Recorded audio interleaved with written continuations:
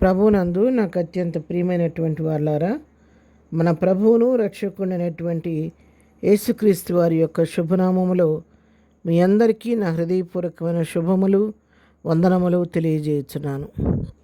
ఉదయకాల సమయంలో దేవుని వాక్యాన్ని ధ్యానం చేసుకుందాం.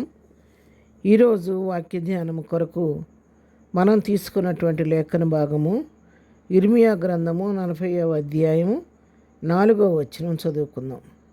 ఆలకించుము, ఈ దినమన నేను నీ చేతుల సంకెళ్లను తీసి నిన్ను విడిపించుచున్నాను. నాతో కూడా బబులోనునకు వచ్చటం మంచిదని నీకు తోచిన యెడల రమ్ము, నేను నిన్ను భద్రముగా కాపాడెదను. ఆమెన్. దేవుని నామమునకు మహిమ కలుగునుగాక. ఈ వాక్య భాగాన్ని మనం గమనించినట్లయితే మరి ఇక్కడ నేను ఈ దినమున నీ చేతులు కొన్న సంఖ్యలను తీసి నేను విడిపించున్నాను అనే దేవుని వాక్యం మనకు సెలవిస్తూ ఉంది. నాతో కూడా బబులోనికి వచ్చటం మంచిదని నీకు తోస్తే నమ్ము, నాతో పాటు నేను నిన్ను భద్రముగా కాపాడేదను. ఈ వాక్య భాగంలో మనం 2 మాటలు తీసుకుందాం. మొట్టమొదటిది, నీ చేతుల సంఖ్యలను నేను తీసి నేను విడిపించుతున్నాను అని.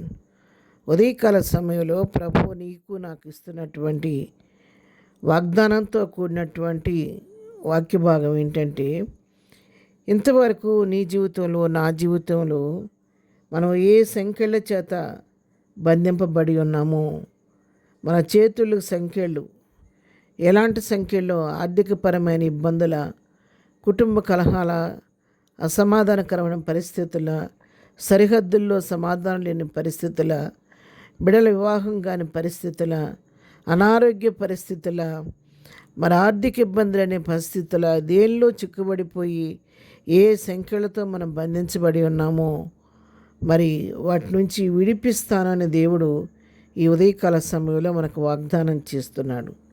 అంతేకాదు, నాతో కూడా రమ్ము, నేను నిన్ను భద్రముగా కాపాడదనని చెప్పి దేవుడు మనకు వాగ్దానం చేస్తున్నాడు.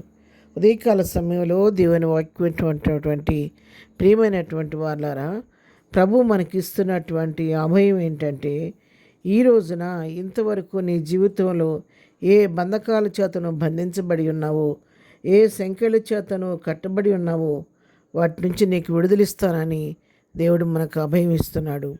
అంతేకాదు, ఆయన వెంబడిస్తే, ఆయన యొద్దకు వస్తే ఆయనను భద్రంగా కాపాడుతానని దేవుడు మనకు వాగ్దానం చేస్తున్నాడు. అవును, ఆయన మన నిత్యము కూడా మన కంటికి రెప్పలాగా కాపాడే దేవుడు. అందుకే భక్తుడైన దావీదు చెప్తాడు, గాఢాంధకారపు లోయలో నేను సంచరించినను, ఏ అపాయమునకు నేను భయపడను, నీ దుడ్డు కర్రయు నీ దండమును నన్ను ఆదరించును అని చక్కగా దావీదు తెలియచేస్తూ ఉన్నాడు. అవును, ఆయన తన దండముతో, దుడ్డుకరతో మన నిత్యము కాపాడి సంరక్షించే దేవుడై ఉన్నాడు. అంతేకాదు, నీ మరి 91వ కీర్తనలో మనం గమనిస్తే, నీ పాదములకు రాయి తగులకుండా దూతలు దీన్ని తమ చేతులతో ఎత్తిపట్టుకొందురు అని.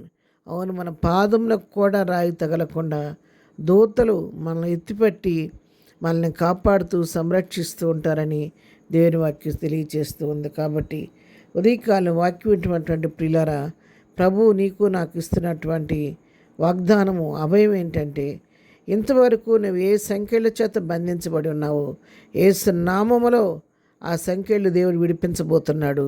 నీకు ఉదయకాలం నీకు ఇది ఒక శుభవార్త. రెండోది, ఆయన నిన్ను భద్రంగా కాపాడబోతున్నాడు. అభద్రతా భావం నిన్ను వెంటాడుతూ ఉందా? పిరికాత్మ నీలో పనిచేస్తూ ఉందా? మరి పరిస్థితులకు భయపడుతూ ఉన్నావా? నా అనుకున్న వాళ్ళు నాకు సహాయం చేయట్లేదని విచారిస్తూ ఉన్నావా? ప్రభు నీతో మాట్లాడుతున్నాడు.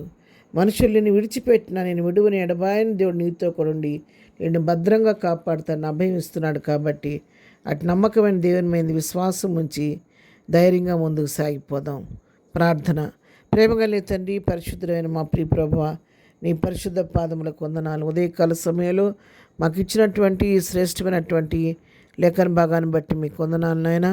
మా వాక్యమైన బిడ్డలందరినీ పేరు పేరుని దీవించి ఆశీర్వదించండి.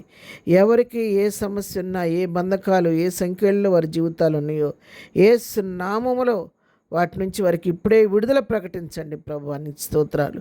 అంతేకాదు వారి జీవితాల అభద్రతా భావాన్ని తీసివేసి వారికి మీరు తోడుగా ఉండి వారిని సంరక్షించి కాపాడండి ప్రభువాని స్తోత్రాలు. ఎదిన దీవెలతో ప్రతి వారిని నింపి నడిపించండి.